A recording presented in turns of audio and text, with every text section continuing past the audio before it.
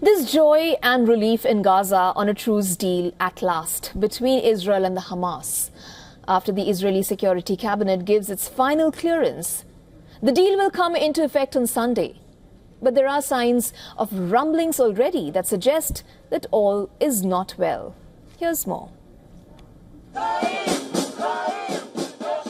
Gaza City and Tel Aviv. Joy and relief in both places, with thousands out on the streets through Wednesday night and into Thursday.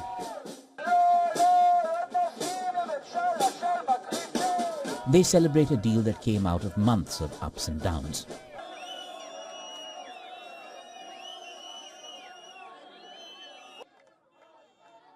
The agreement hammered out in Qatar is structured into 3 phases. In the initial 42 days, Hamas would release 33 hostages. Israeli forces would withdraw from crowded areas in Gaza. Despite the huge challenges around reconstruction and picking up the pieces, spirits run high. We are very happy about the agreement. It gives us hope for Gaza's future. The agreement guarantees that no more lives will be lost. After experiencing genocide, this agreement means saving lives. The end of the war brings us an indescribable joy. But is there still a persisting element of uncertainty? The Israeli Security Cabinet, due to meet early Wednesday to give a final approval, postponed its meeting for later in the day. The reason cited is the Israeli delegation in Qatar still hasn't completed its work. Israel has spoken of Hamas going back on its word, a charge the group rejects. The rumblings send out worrying messages. Before the ceasefire is truly implemented, we are still afraid of being disappointed. None of us want that to happen, but we are concerned that Israel may change its stance and fabricate excuses and lies to break the agreement. Israel's Foreign Minister Gideon Sa'ar said the ceasefire deal was a very tough decision that the Israeli cabinet will have to accept. 2 of Netanyahu's ministers have publicly opposed the deal.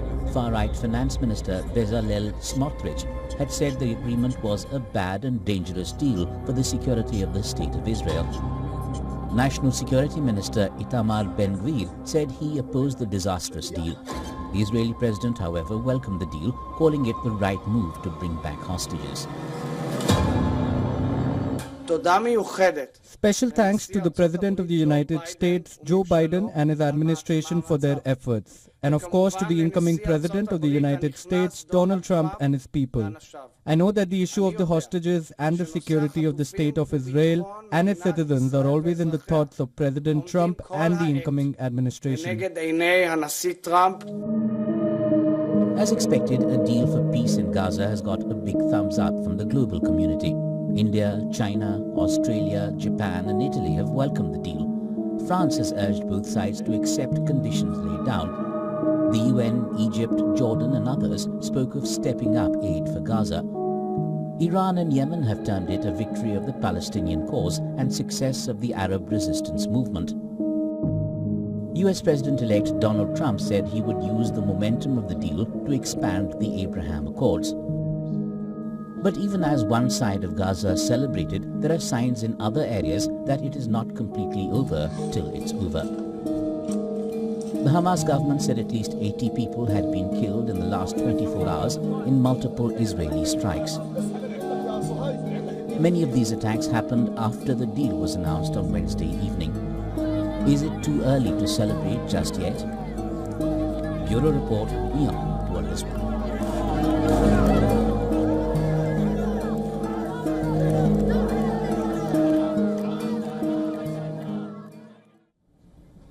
On the show with us now, Mohammed Najib, who's a journalist, a war correspondent and security analyst.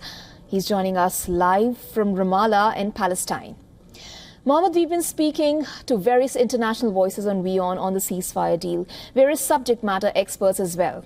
You are a Palestinian journalist based in Palestine. You're living this. This is your living reality. What do you make of the current situation of Israel delaying the cabinet vote and an overview of this?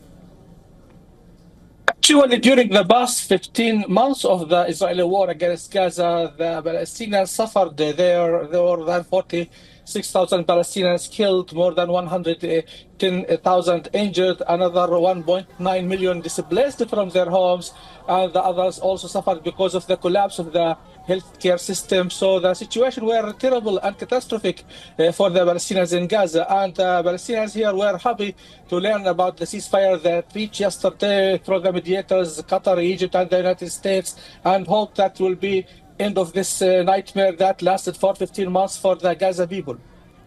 What is the Palestinian view of the current ceasefire deal? How are the Palestinians looking at it?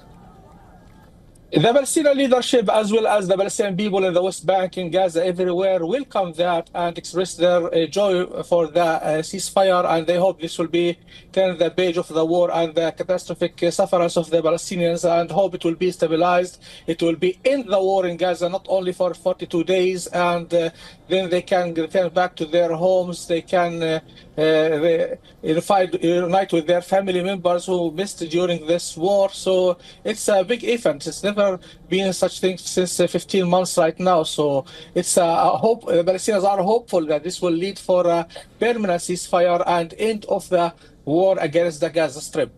What are the reactions that you're gathering after Palestinians perhaps found out that the cabinet vote in Israel has been delayed on the deal?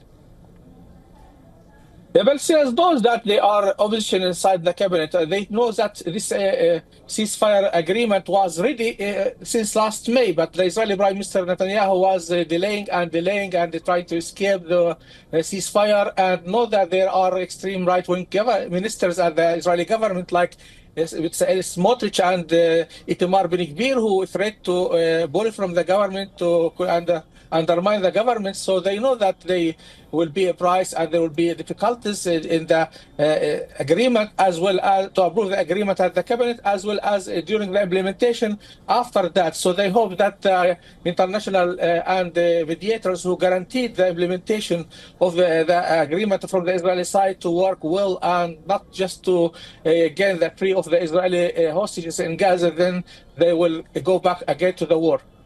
Mohammed Najib, thank you so much for joining us on the show with your views. Thank you.